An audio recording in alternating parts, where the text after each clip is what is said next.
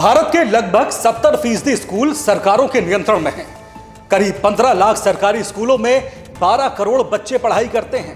ये आंकड़े आपको जितने चौंका रहे होंगे, यकीन मानिए इन सरकारी स्कूलों की दशा जानकर आप उससे ज्यादा चौंक जाएंगे। राजस्थान के झालावाड़ में स्कूल की छत गिरने से मरने वाले बच्चों की खबर शायद आपने सुनी होगी, लेकिन ये हालात सिर्फ किसी एक सरकारी स्कूल या एक प्रदेश तक सीमित नहीं हैं। भारत के ज्यादातर सरकारी स्कूल अत्यंत दयनीय स्थिति में चल रहे हैं। 146 करोड़ की आबादी वाली दुनिया की चौथी बड़ी अर्थव्यवस्था में सरकारी स्कूलों के हालत क्यों है इतनी खस्ता, आज इसी की करेंगे समीक्षा। नमस्कार, आपके साथ मैं हूं समर्थ प्रेरणा।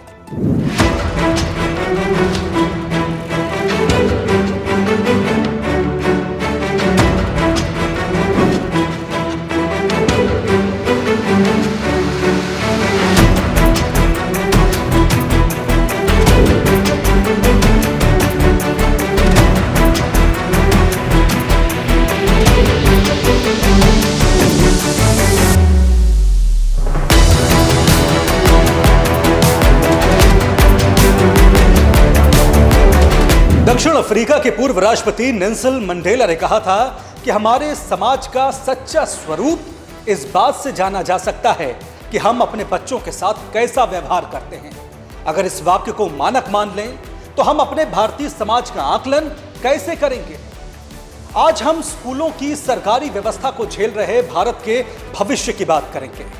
25 जुलाई दिन शुक्रवार राजस्थान के झालावाड़ में पिपलौदी उच्च प्राथमिक विद्यालय में रोज की ही तरह सुबह की प्रार्थना हुई। करीब 7:45 बजे का वक्त था। कक्षा 7 में 35 बच्चे पढ़ने के लिए बैठे थे। तभी अचानक कुछ बच्चों को छत से कभी ईंट, कभी पत्थर, कभी धूल कंकड़ गिरते हुए दिखे। बच्चे डर गए, टीचर को जाकर बताया, लेकिन लापरवाह शिक्षक ने उनकी बात अनसुनी कर दी। नतीजा वही हुआ जिसका डर था। एकाएक क्लास की छत भरभरा कर बच्चों के ऊपर गिर गई। देखते ही देखते पूरा स्कूल मलबे के ढेर में तब्दील हो गया। चारों तरफ चीख पुकार मच गई।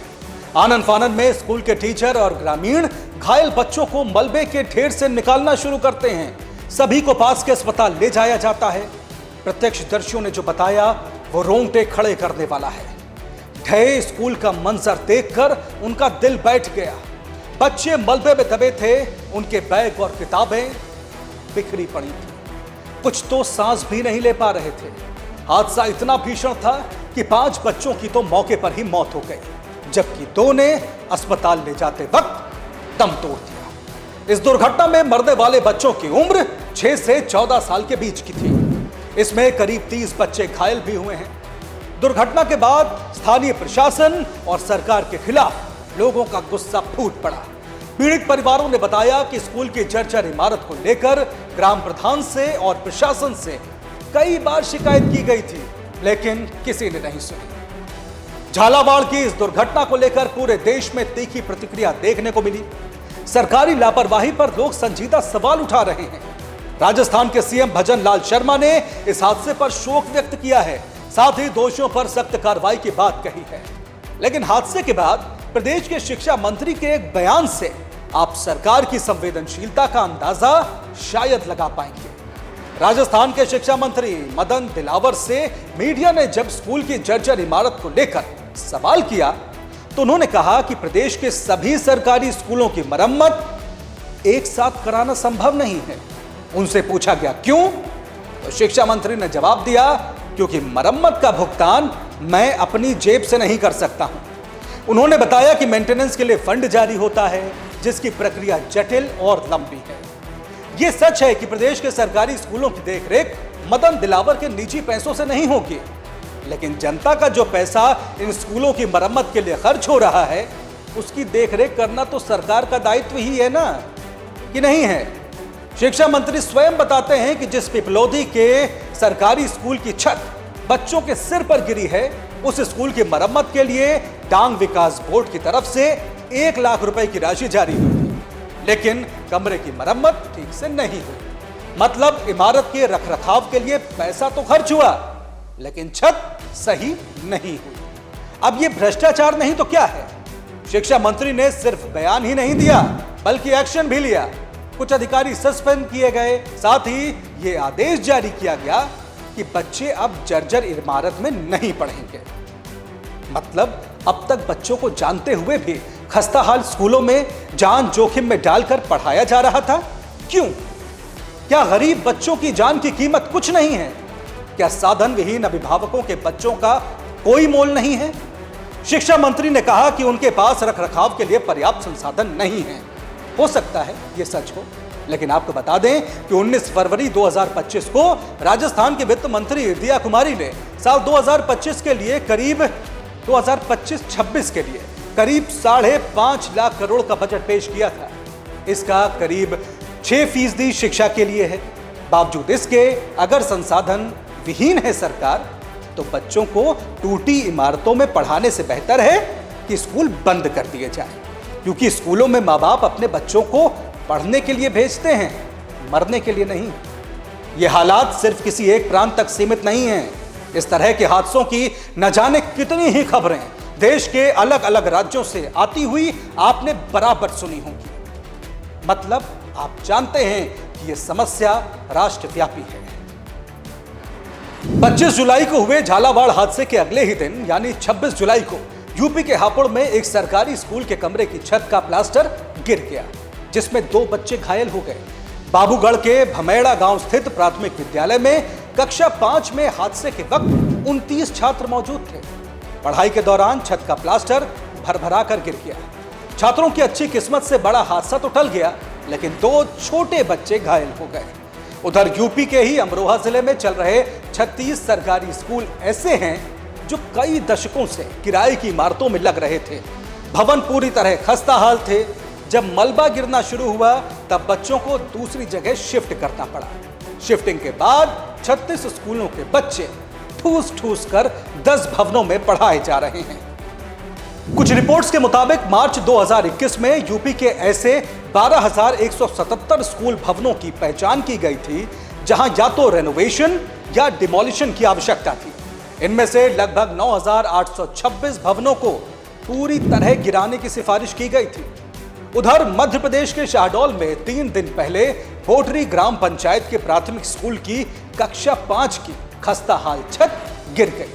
घटना के वक्त 33 बच्चे क्लास में मौजूद थे। खतरा भांपकर समय रहते बच्चे बाहर निकल गए और बच गए। शिक्षकों का कहना है कि जर्जर भवन के बारे में प्रशासन से कई बार शिकायत की गई, लेकिन किसी ने नहीं सुना। रिपोर्ट्स की माने तो साल 2016 से लेकर 2023-24 तक एमपी के शिक्षा बजट में करीब 80% की वृद्धि हुई है, लेकिन स्कूलों की दशा में इस खर्च का कोई वास्तविक असर दिखाई नहीं देता। हरियाणा के फरीदाबाद में इंदिरा नगर स्थित माध्यमिक विद्यालय की हालत भी जर्जर है। पीडब्ल्यूडी से इस भवन को कंडम घोषित कर दिया गया है। बारिश में छतों से पानी टपकता है, लेकिन जान का जोखिम डालकर बच्चे यहां पढ़ने के लिए मजबूर हैं।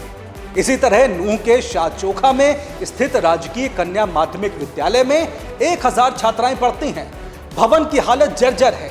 छत का प्लास्टर गिर रहा है। सरियों पर जंग है। बरसात के वक्त क्लास में इतना पानी भर जाता है कि स्कूल की छुट्टी करनी पड़ती है।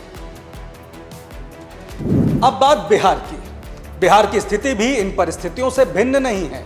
पटना के 237 सरकारी स्कूलों में लगभग 12,000 बच्चे जर्जर भवनों में पढ़ रहे हैं।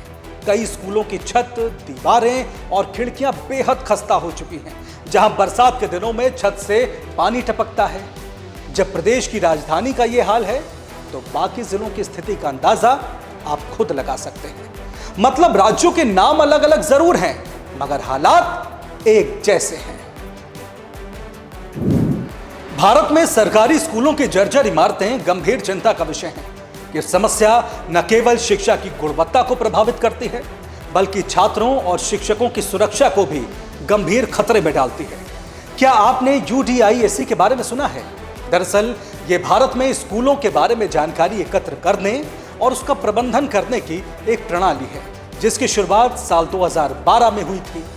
UDIAC के मुताबिक हमारे देश के लगभग 20% सरकारी स्कूलों की हालत जर्जर है।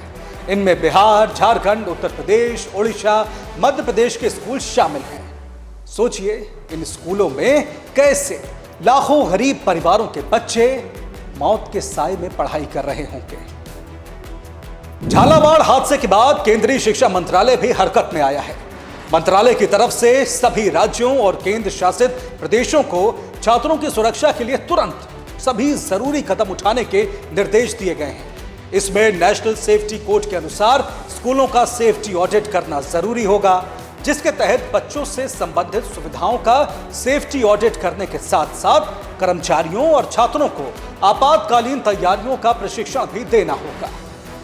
ऐसा नहीं है कि हमारे देश में स्कूलों के ऑडिट की कोई व्यवस्था नहीं है।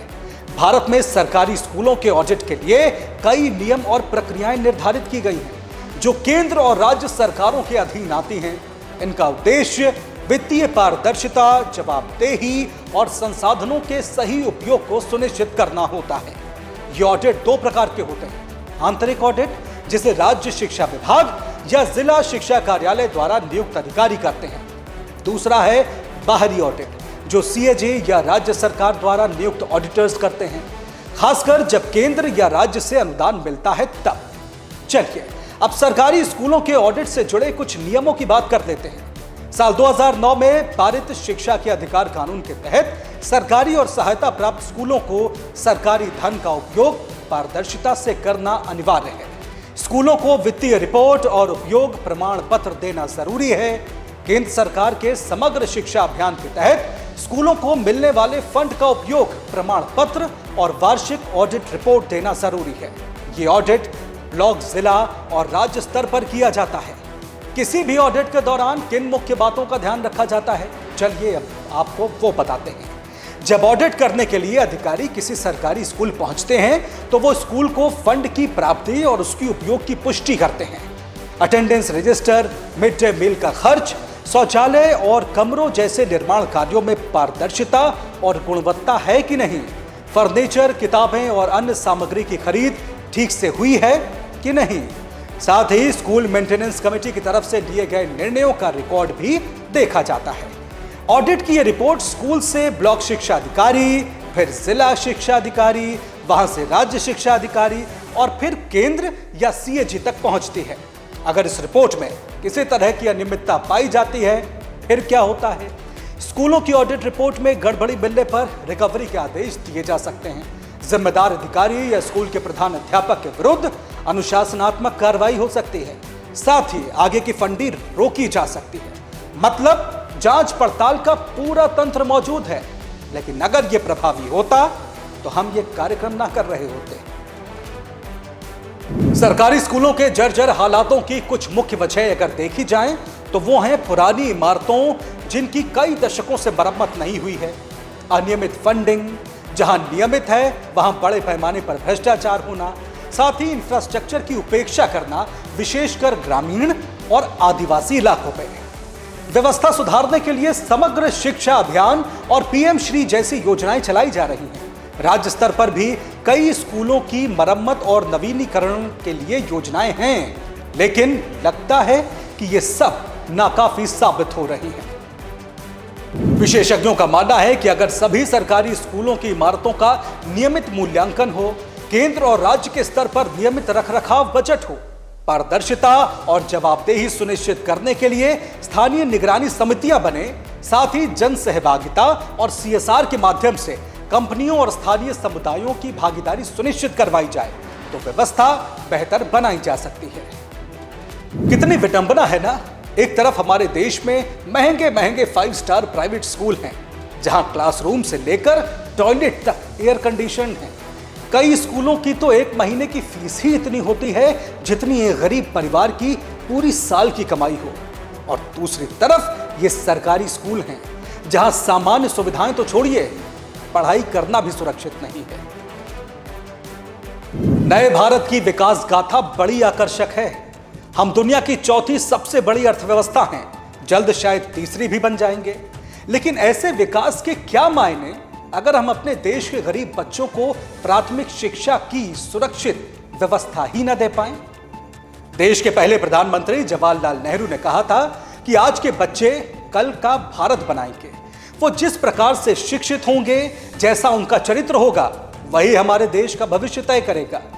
यह सच है कि भारत जैसे विशाल देश में संसाधनों की मुकम्मल व्यवस्था करना जटिल है, लेकिन संसाधनों के अभाव में हम बच्चों को यूं ही मरने के लिए तो नहीं छोड़ सकते। आज के लिए फिलहाल इतना ही। कल किसी और ज्वलनशील मुद्दे की करेंगे समीक्षा। फिलहाल मुझे दीजिए इजाजत। नमस्कार।